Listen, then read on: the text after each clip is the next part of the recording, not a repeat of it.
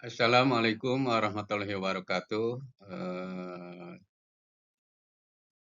Selamat berjumpa dengan saya. Semoga pada hari ini kita eh, semuanya mendapat kesehatan dari Yang Maha Kuasa.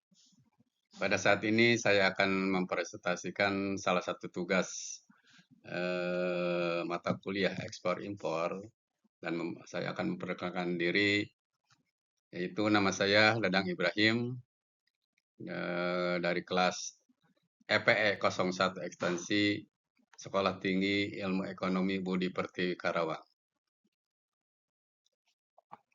Dalam mata kuliah ini saya mendapat tugas yaitu individu untuk mempresentasikan barang yang ekspornya diawasi.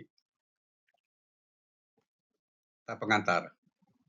Barang yang ekspornya diawasi adalah barang yang tidak dilarang, tetapi memerlukan izin atau pengawasan dari pemerintah.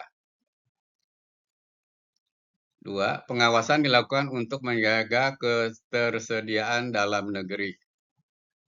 Ya, ini pasti yang setelah yang kita tahu sih itu untuk sebelum barang itu diekspor, pasti pemerintah sebelum mengekspor barang pasti akan mengecek dulu ketersediaan sendiri mencukupi apa tidaknya yang stok yang ada di dalam negeri. Kedua itu untuk melindungi lingkungan. Sebab barang-barang yang akan ekspor itu berupa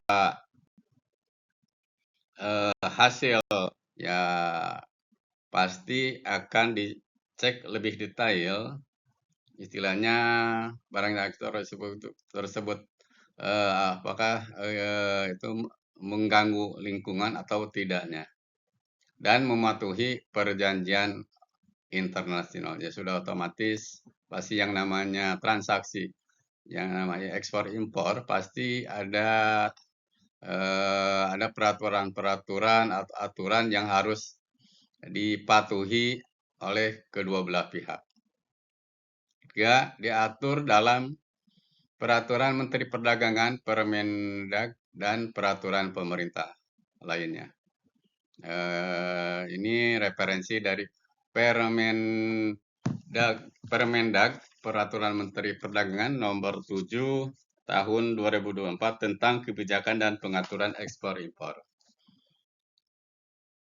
Jadi, barang yang ekspornya diawasi adalah barang yang ekspornya hanya bisa dilakukan dengan izin atau persetujuan khusus dari pejabat yang ditunjuk.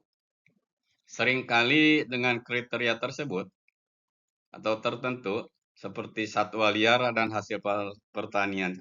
Contohnya termasuk hewan hidup seperti sapi, kerbau, dan beberapa jenis ikan. Dan inti kelapa sawit, pupuk urea, serta minyak dan gas bumi.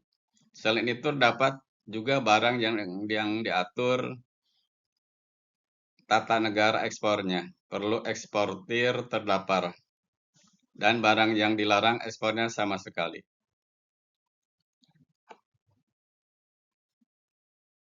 Untuk selanjutnya, tujuan pengawasan ekspor ini yang pertama itu menjaga ketersediaan bahan baku untuk industri dalam negeri. Ya, pasti pemerintah sebelum mengekspor barang yang akan dikirim ke suatu negara atau ke negara lain, pasti akan mengecek dulu ketersediaan bahan baku di dalam negeri sendiri untuk kebutuhan industri yang ada di dalam negeri. Yang kedua itu menghindari eksploitasi sumber daya alam berlebihan. Yang ketiga, menjamin kepatuhan terhadap standar internasional. Selanjutnya, menjaga kestabilan harga di pasar dalam negeri. Nah, ini yaitu referensi dari Direktorat Jenderal Bea dan Cukai pada tahun 2023. Jadi saya terangkan, untuk tujuan ekspor Yang pertama ini yaitu menjaga ketersediaan bahan baku untuk industri dalam negeri.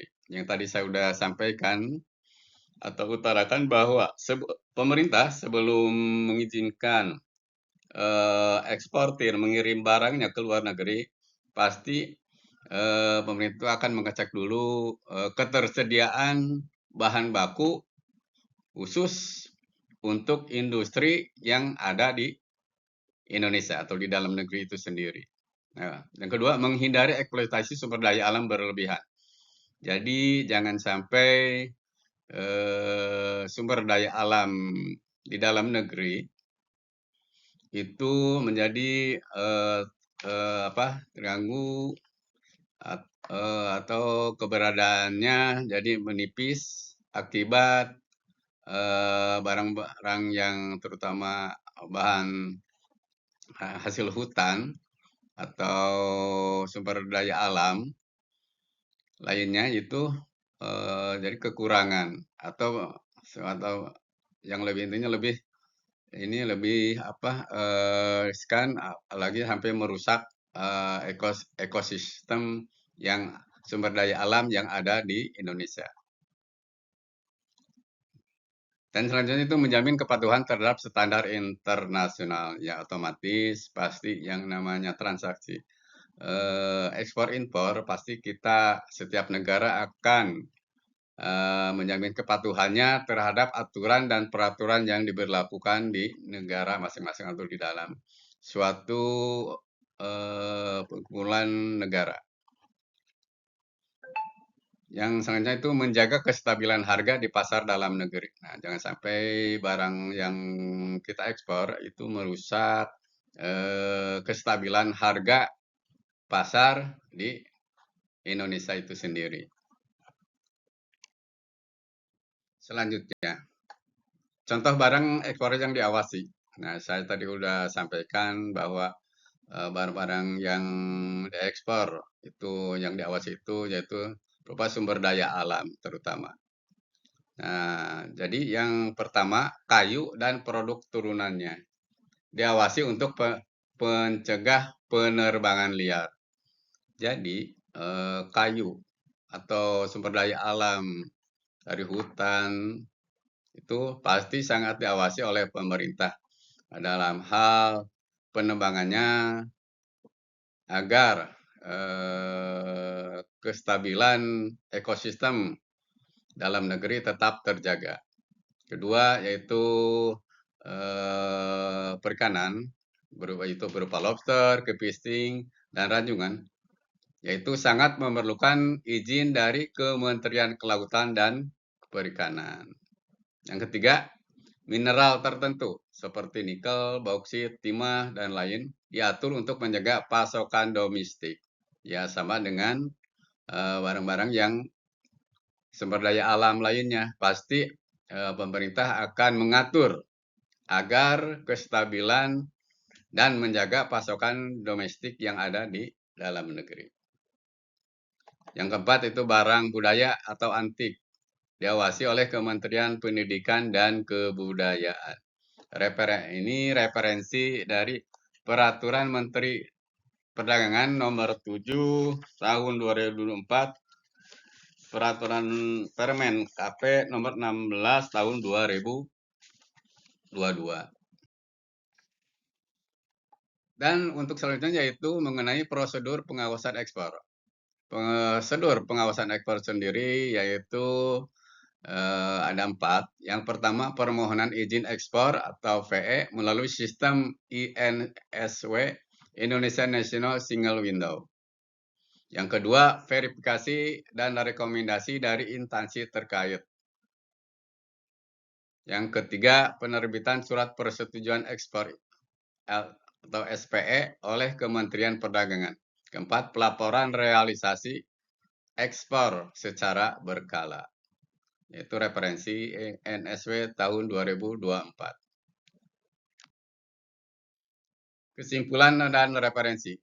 Kesimpulan, barang yang ekspornya diawasi menjaga keseimbangan antara kebutuhan dalam negeri dan peluang ekspor. Jadi barang yang diekspor diawasi itu Ya, sebagaimana tadi disampaikan atau diutarakan dari awal bahwa sebelum barang-barang itu diekspor pasti akan dicek dan recheck lebih dahulu. Yaitu maksud dan tujuan untuk menjaga keseimbangan antara kebutuhan di dalam negeri itu sendiri bagaimana dan peluang ekspor itu bagaimana. Jadi kita jangan sampai begitu ekspor, peluang ekspornya bagus, sedangkan kebutuhan di dalam sendiri tidak ada atau kekurangan. Kedua yaitu pengawasan merupakan bagian penting dari kebijakan perdagangan berkelanjutan Indonesia. Referensi tadi dari pertama yaitu Peraturan Menteri Perdagangan Nomor 7 Tahun 2006 tentang kebijakan dan pengaturan ekspor. Dua, Permen KP Nomor 16 Tahun 2022 tentang pengelolaan lobster, kepiting, dan rajungan. Tiga, Direktorat Jenderal Bea dan Cukai tahun 2023. 4, INSW Go ID 2024. Hanya cukup sekian presentasi dari saya. Mohon maaf apabila ada kekurangan, kesalahan. Maklum saya pribadi masih belajar ya untuk mempresentasi di dalam mata kuliah ekspor impor ini. Terima kasih. Wassalamualaikum warahmatullahi wabarakatuh.